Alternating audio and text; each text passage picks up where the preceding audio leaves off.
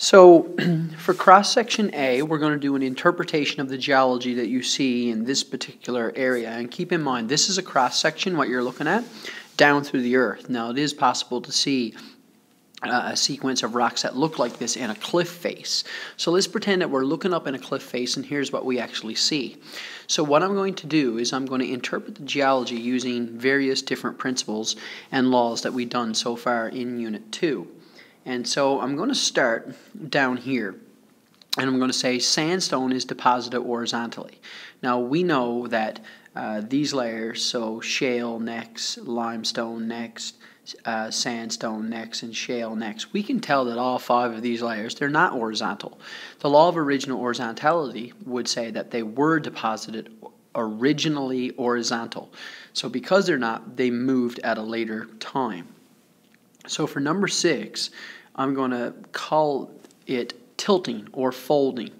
And so layers 1, 2, 3, 4, and 5 got tilted after they were all deposited.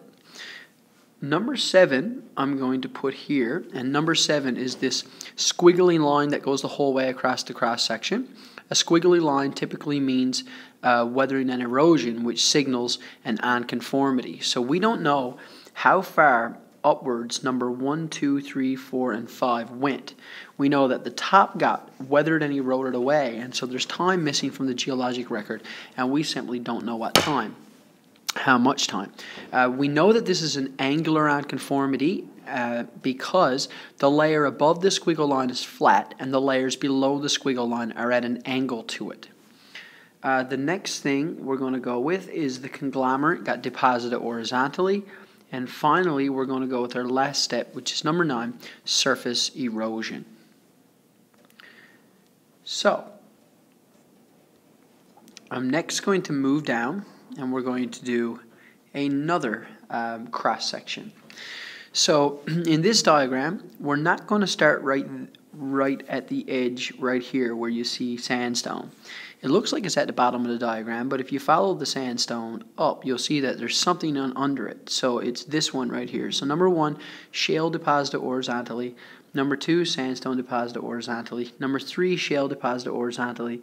And there's a little number 4 of conglomerate deposited horizontally in there. Now naturally the conglomerate would have been bigger, but as we can see, there's an erosion surface coming up which took it away, which is an unconformity. Before we get to the unconformity, though, after we get our 4 layers deposited horizontally, for number 5, we're going to take this whole event, which we can call folding or tilting. I'm going to go with folding because I can actually see the folds in the layers. Then I'm going to put in number 6. Number 6 is the squiggle line. In this case, it also has to be an angular unconformity because the layer above the squiggle line is flat and the layers below are folded. Next, I'm going to go with shale deposited horizontally. Next, I'm going to go with this one, which is an extrusion of lava. And I know it's an extrusion of lava because there's contact metamorphism on the bottom of it only. So when I say contact metamorphism, what I'm talking about are these little X's.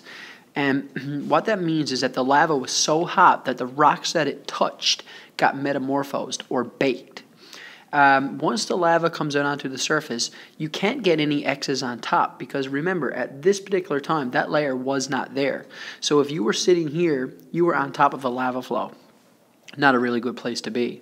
Then I'm going to go to here, number 9, conglomerate deposited horizontally, and then number 10 is just going to be surface erosion.